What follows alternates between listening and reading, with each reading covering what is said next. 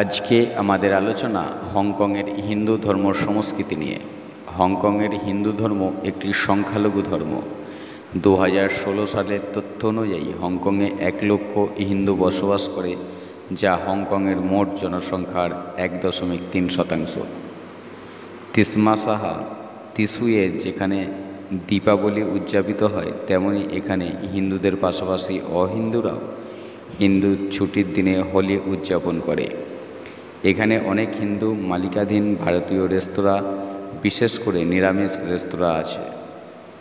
এখানে কেপ কলিংসে হিন্দু শ্মশানটি খুবই পরিচিত। আন্তর্জাতিক কৃষ্ণ ভাবনামৃত সংঘের হংকংয়ে কেন্দ্রটি 1981 সালে প্রতিষ্ঠিত হয়েছিল। এই মন্দিরটি হংকংয়ে প্রায় 1 লক্ষ হিন্দুদের কেন্দ্রীয় মন্দির হিসাবে কাজ করে এবং শুধুমাত্র ঐতিহ্যবাহী পূজা, বিবাহ এবং অন্যান্য ধর্মীয় অনুষ্ঠানই করে না, বরং কমনওয়েলথ ওয়ার মেমোরিয়াল রক্ষক হিসাবে কাজ করে এবং কেপ কলিংসের একটি শ্মশান পরিচালনা করে।